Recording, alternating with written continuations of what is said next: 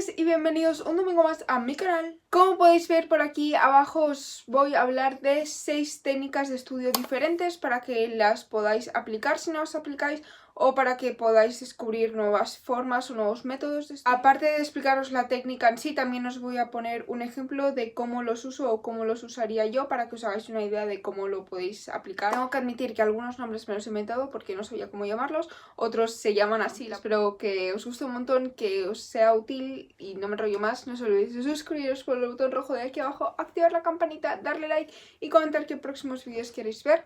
Y ahora sí que sí, os dejo con el vídeo. La primera técnica la he nombrado brain dump porque no sabía cómo llamarla, pero básicamente se trata de apuntar en un papel todo lo que sepas sobre el tema que te quieres aprender.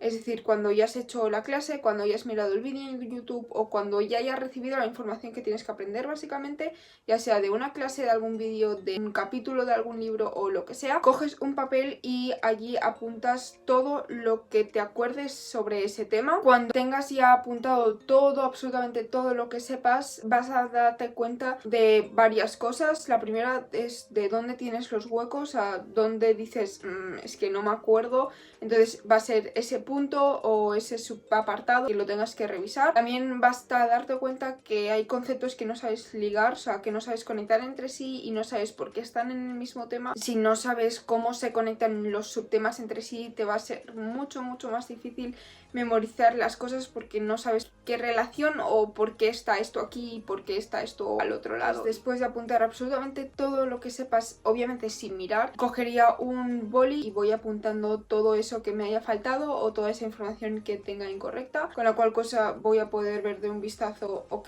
qué es lo que tenía mal y qué es lo que me ha faltado. La segunda técnica se llama técnica Fillman. El nombre no me lo he inventado yo. Consiste básicamente en saber explicar el tema que te tienes que aprender tan básicamente y tan claramente que un niño lo entendería. Es decir, que una persona externa que no tiene absolutamente ni idea del tema del que estás hablando pueda entender absolutamente todo lo que le estás explicando. Se dice que si no sabes explicarle las cosas a un niño es que realmente no has entendido el tema, porque los niños primero de todo tienen un vocabulario súper básico, obviamente son niños, y además tienen mucha curiosidad, con lo cual cosas siempre te van a ir preguntando por qué pasó esto o por qué esta fórmula es así. Por ejemplo, si aplicáis esta técnica en matemáticas o por ejemplo en historia también la podéis aplicar. Siempre te van a preguntar por qué pasó la guerra civil, qué pasó, y entonces vas a tener que explicar las causas de la guerra civil y después te van a preguntar y después qué pasó y por qué esto y por qué no lo otro. Entonces a ti te obliga a ir más allá y a ti te obliga a saber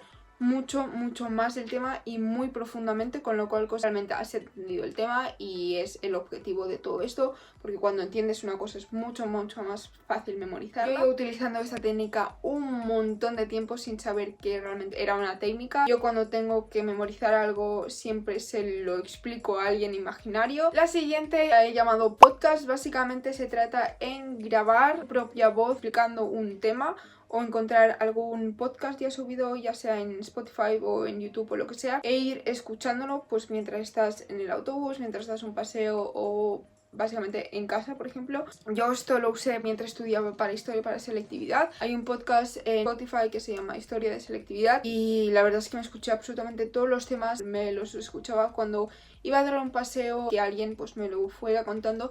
Me era mucho más sencillo o me era mucho más relajante que no yo ir leyendo, por ejemplo, mientras iba por la calle, porque además también es mucho más difícil. Y la verdad es que esta técnica también me encanta, ya sea como yo hacía en historia, que cogéis podcasts ya hechos de otra gente, como que os grabáis vosotros vuestra propia voz, que también podéis combinar la técnica anterior, es decir, mientras lo intentáis explicar a un niño os lo grabáis y después mientras estéis por la calle, en el autobús, yendo al cole o lo que sea, os ponéis el audio y así pues vais recapacitando todo. La siguiente técnica se llama Space Repetition. Básicamente te dice que vuelvas a repetir la información que has aprendido a lo largo de X tiempo, porque obviamente no puedes pretender memorizar todo un tema cuando solo te lo has leído, por ejemplo, una vez. Es que es prácticamente imposible, se te va a olvidar. Lo que tienes que ir haciendo es ir repitiendo la información, volviendo a leer el tema, volviendo a escuchar el podcast, volviendo a ver el vídeo, volviendo a tocar la materia en sí, porque con un solo toque, con una sola leída al tema, no te vas a acordar de todo. Es que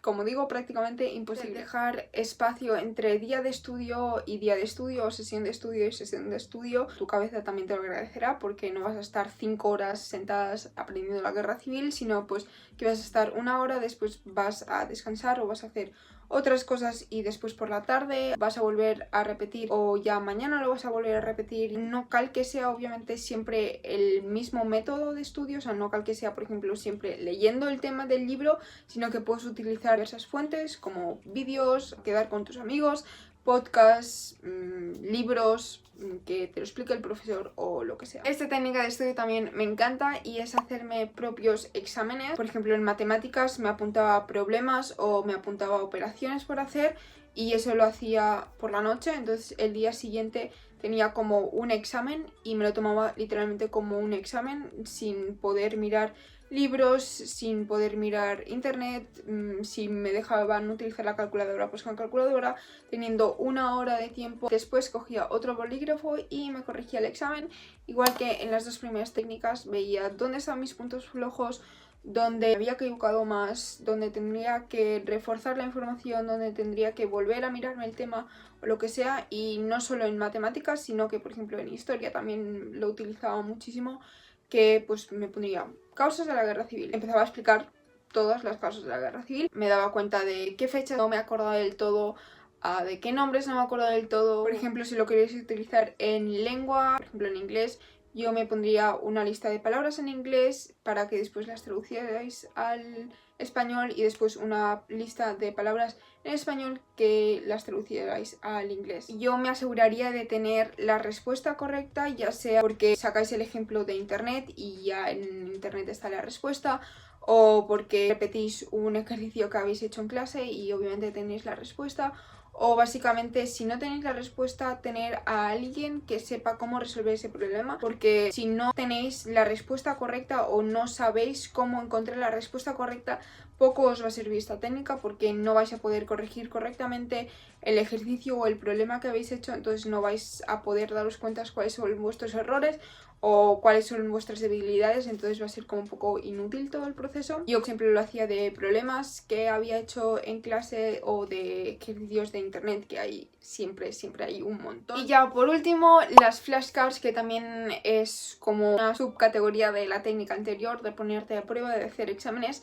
Básicamente yo lo uso para el vocabulario, en una parte me apunto la palabra en alemán y por la otra en español. Cojo un montón de flashcards y las voy revisando y voy intentando adivinar o recordar el significado, pues ya sea en español o en alemán, depende del día, depende del mood.